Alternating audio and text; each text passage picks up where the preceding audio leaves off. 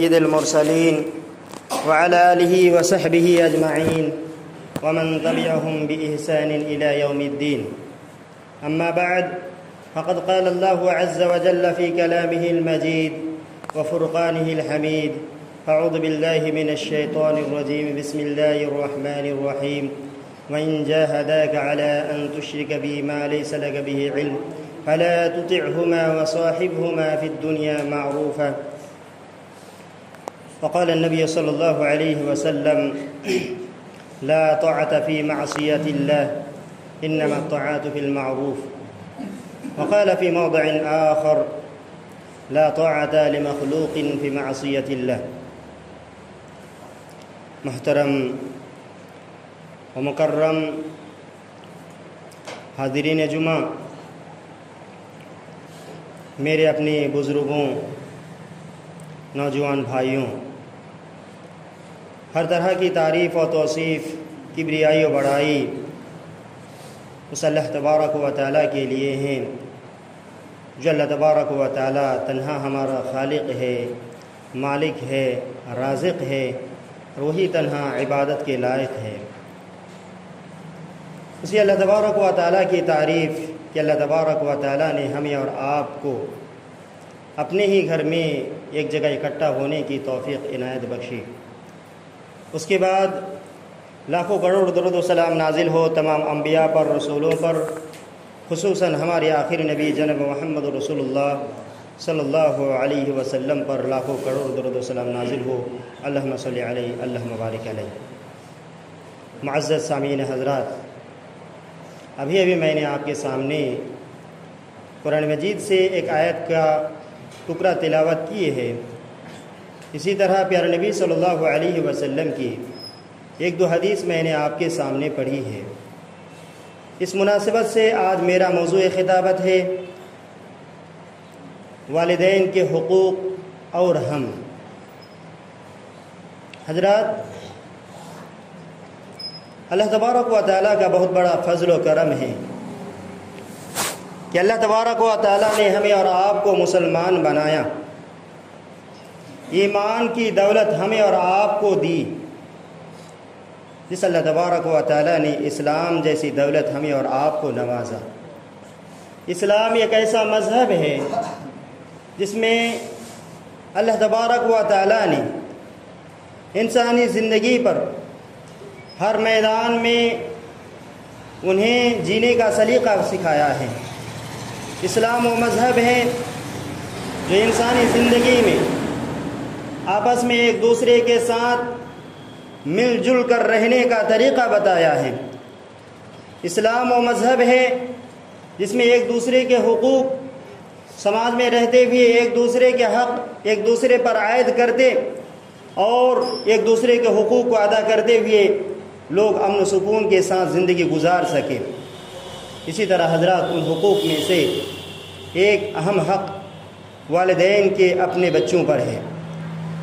ایسے تو والدین کے اپنے بچوں پر بہت سارے حقوق ہیں، میں آج کے خطبہ میں انہی میں سے چند کا تذکرہ کروں گا انشاءاللہ تعالی، وما توفیقی الا باللہ۔ حضرات، یہ والدین، جیسے کہ میں نے آپ کے سامنے گزشتہ جمعہ میں والدین کے ساتھ حسن سلوک کرنے کے بارے میں، اس کے دنیاوی کیا فائدے ہیں، اخروی کیا فائدے ہیں، بڑی تفصیل کے ساتھ قرآن و سنت کی روشنی میں نے آپ کے سامنے وضاحت کرنے کی کوشش کی تھی۔ یہ ہمارے اور آپ کے والدین جو ہمارے اور آپ کے مربی ہیں، ہمارے اور آپ کے ذمہ دار ہیں، ہمارے اور آپ کے دنیا میں اللہ تبارک و تعالیٰ کے بعد آنے کا سب سے بڑا ذریعہ اور وہی سبب ہے۔ ان کے ہم پر اور آپ پر کچھ حقوق ہیں، ان میں سے ایک بہت بڑا، ایک اہم حق ان کی اطاعت کرنا، فرما برداری کرنا، ان کی بات کو ماننا، ان کی باتوں کو مانتے ہوئے ان کی فرما برداری کرتے ہوئے ان کی بات پر عمل کرنا۔ یہ والدین کا اپنے بچوں پر بہت بڑا حق ہے، بچے اس حق کو ادا کریں۔ اگر والدین اپنی اولاد کو یہ حکم دے کہ نماز پڑھو، نماز کی ادائیگی کرو، نماز کی پابندی کرو، ان باتوں پر اپنے والدین کی بات کو مانیں، ان کی بات کو سنیں اور ان پر عمل کریں۔ اسی طرح اگر والدین آپ کو اور ہم کو یہ حکم دیں لوگوں کے ساتھ اچھا برتاؤ کرو، لوگوں کے ساتھ اچھی طریقے سے پیش آیا کرو، لوگوں کے ساتھ اچھا ریلیشن رکھو، اسی طرح اگر والدین ہمیں اور آپ کو یہ حکم دیں کہ اچھے لوگوں کے ساتھ رہا کرو، اچھے لوگوں کے ساتھ زندگی گزارا کرو، اچھے لوگوں کی صحبت میں اختیار رہا کرو، ان باتوں میں اپنے والدین کی بات کو ماننا ہے، ان کی اطاعت کرنا ہے، ان کی فرمانبرداری کرنی ہے۔ اگر والدین وہیں پر اچھے کاموں کو حکم نہ دے کر اپنے بچے کو برے کام کا حکم دے، اللہ تبارک و تعالیٰ کی نافرمانی والی چیز کا حکم دے، ایسے صورت میں اپنے والدین کی بات کو نہیں ماننی ہے، اپنے والدین کی اطاعت اور فرمانبرداری نہیں کرنی ہے، لیکن دنیا میں رہتے ہوئے اس کے ساتھ حسن سلوک ضرور کرنا ہے۔ مثلا اگر کوئی والدین اپنی اولاد کو کہے، کوئی والدین اپنی اولاد سے یہ کہے کہ جو چوری کرنے کا حکم دے، لوگوں کے مال کو ناجائز طریقے سے ہڑپ لینے کا حکم دے، لوگوں کے ساتھ اچھا برتاؤ کرنے کا حکم نہ دے، لوگوں پر ظلم و ستم کرنے کی طرف ترغیب دلائے، ایسی باتوں میں کلی طور پر والدین کی اطاعت ضرور نہیں ہے، والدین کی اطاعت نہیں کرنی ہے، والدین کی فرمانبرداری نہیں کرنی ہے۔ الغرض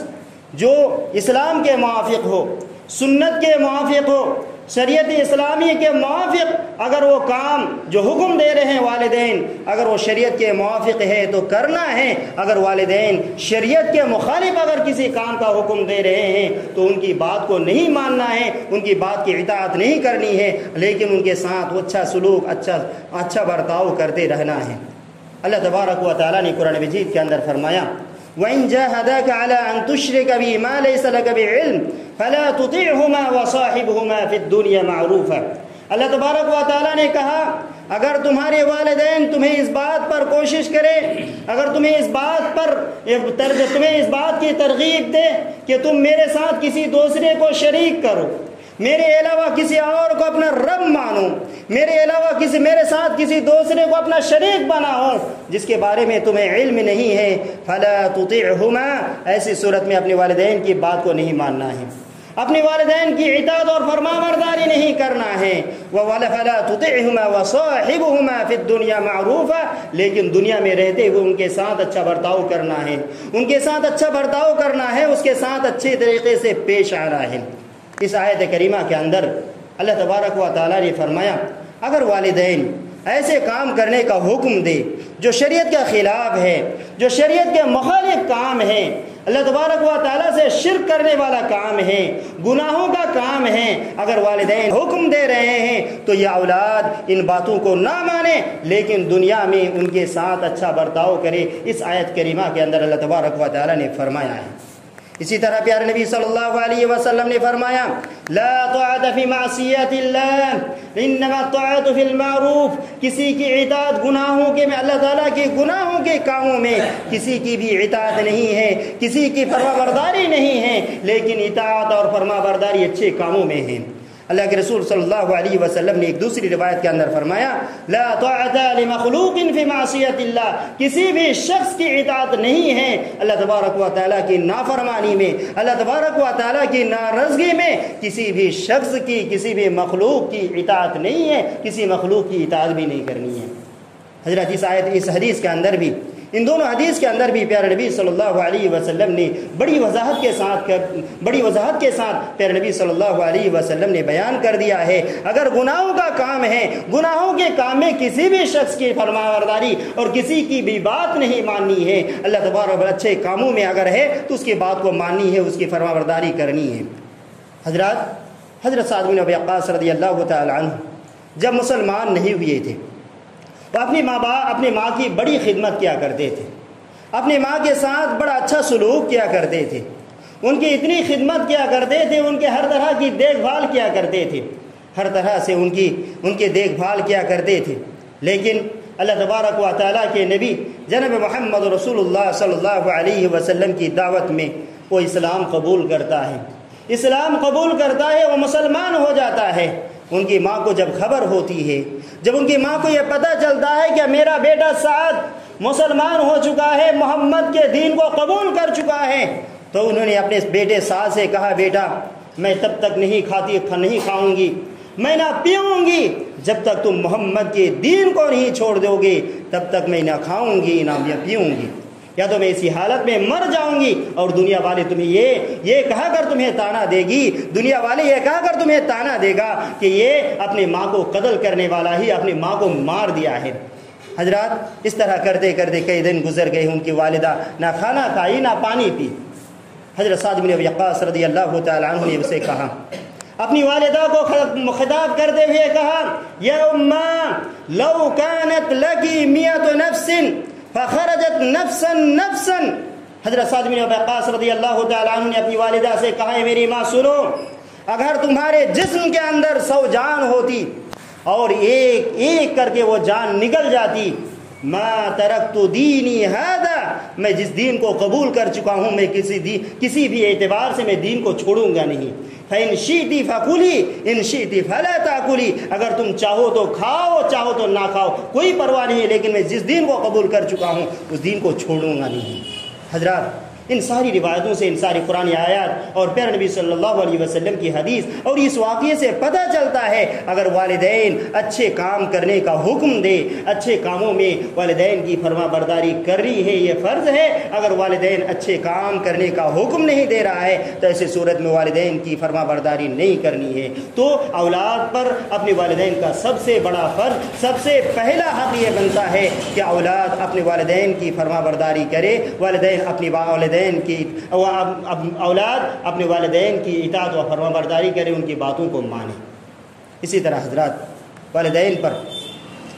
کا اپنے بچوں پر ایک دوسرا اہم حق یہ ہے کہ بچے اپنے والدین کی خدمت کریں، اپنے والدین کی دیکھ بھال کرے، والدین کے ہر طرح سے ان کی مدد کرے، ان کا تعاون کرے اور ہر طرح سے ان کے کیا کرے، خرچ کو برداشت کرے، ان کی خدمت کرے۔ حضرات یہ خدمت کرنا اسلام میں، یہ خدمت کرنا ایسا عمل ہے، پیارے نبی صلی اللہ علیہ وسلم نے والدین کی خدمت کو جہاد سے پہلے ذکر کیا ہے، جہاد پر مقدم کیا ہے۔ یہاں تک کہ بعض روایتوں میں پیارے نبی صلی اللہ علیہ وسلم نے والدین کی خدمت کرنے کو جہاد سے افضل، اللہ تبارک و تعالیٰ کے راستے میں جہاد کرنے سے بھی زیادہ بہتر قرار دیا ہے۔ حضرت عبداللہ بن مسعود رضی اللہ تعالی عنہ نے پیارے نبی صلی اللہ علیہ وسلم سے سوال کیا، ای الاعمال افضل، اللہ کے رسول آپ بتائیے سب سے افضل ترین اعمال کون سا ہے؟ تو اللہ کے رسول صلی اللہ علیہ وسلم نے فرمایا، الصلاۃ علی وقتها، وقت پر نماز پڑھنا، وقت پر نماز کی ادائیگی کرنا، یہ اللہ تبارک و تعالیٰ کے یہاں سب سے افضل ترین عمل ہے۔ اس کے بعد حضرت عبداللہ بن مسعود رضی اللہ تعالیٰ عنہ نے دوسرا سوال کیا، اللہ کے رسول ثم ایوں، اللہ کے رسول اس کے بعد پھر کون سا عمل سب سے زیادہ افضل ہے؟ تو اللہ کے رسول صلی اللہ علیہ وسلم نے فرمایا، بر الوالدین، والدین کی خدمت کرنا، والدین کا حسن سلوک کرنا، والدین کے ساتھ اچھا برتاؤ کرنا۔ اس کے بعد تیسری مرتبہ جب انہوں نے سوال کیا، اللہ کے رسول ثم ایوں، اللہ کے رسول تیسرا پھر کون ہے، پھر اور کون ہے؟ تو اللہ کے رسول صلی اللہ علیہ وسلم نے فرمایا، الجہاد فی سبیل اللہ، اللہ تبارک و تعالیٰ کے راستے میں جہاد کرنا۔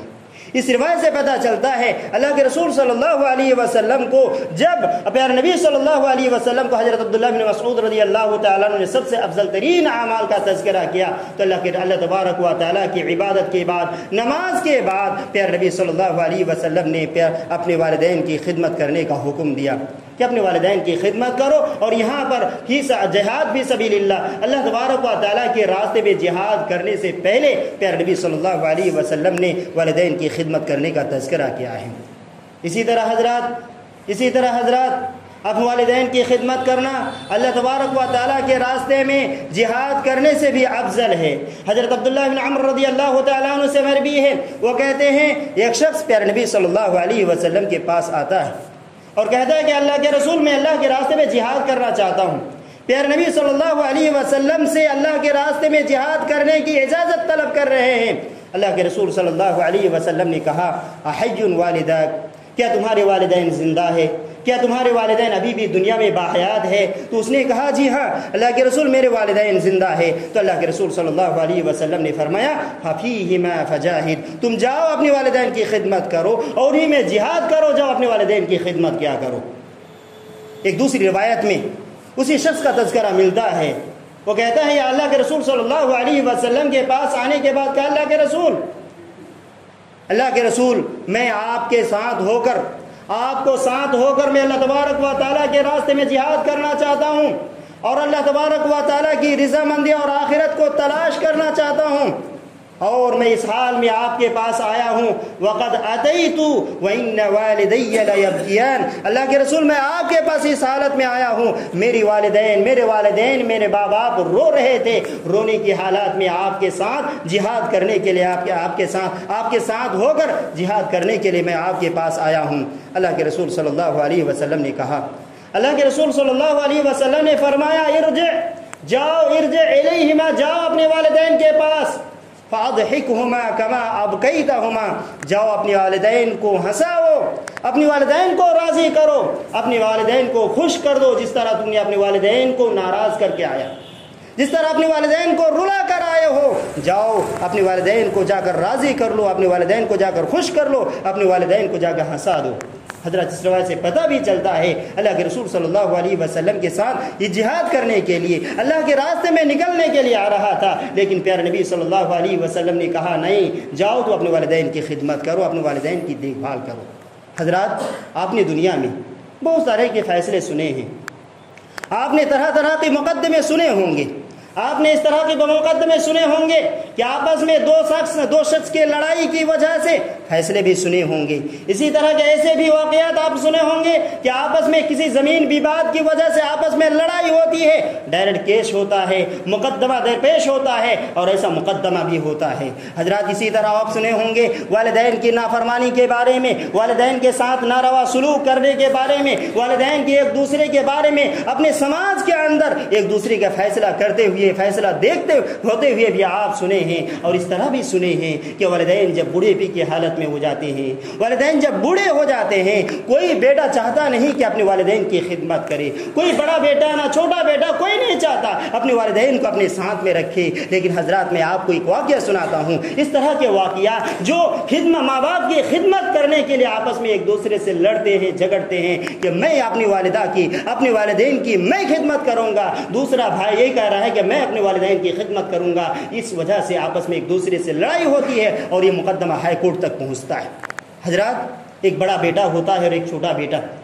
بڑا بیٹا کے پاس وہ ماں رہتی ہے، ماں کی وہ خدمت کرتے ہیں،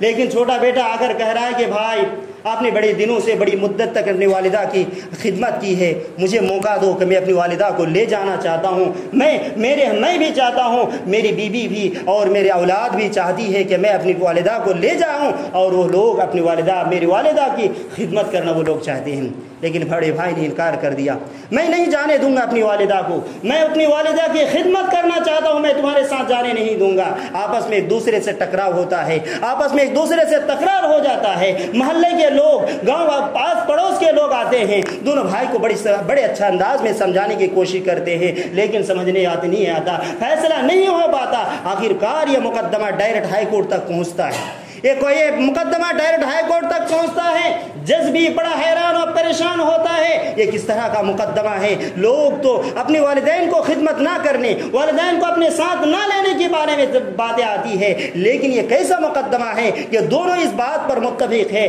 ہم اپنی والدہ کی خدمت کریں گے، وہ بھی اس معاملے میں ہی کر رہا ہے کہ میں اپنی والدہ کی خدمت کروں گا۔ دونوں شخص کو بلایا جاتا ہے،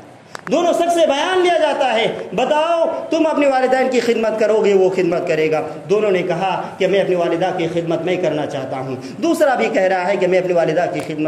خدمت میں کرنا چاہتا ہوں۔ جج پریشان ہے، کیسے فیصلہ کرے، کس طرح سے فیصلہ دے، کس اعتبار سے فیصلہ سنائے، پریشان ہے، حیرت ہے، اس کو سمجھ میں نہیں آتا کس طرح سے فیصلہ کیا جائے۔ آخر کار جج نے کہا کہ جاؤ اپنی والدہ کو ساتھ لے کر آؤ۔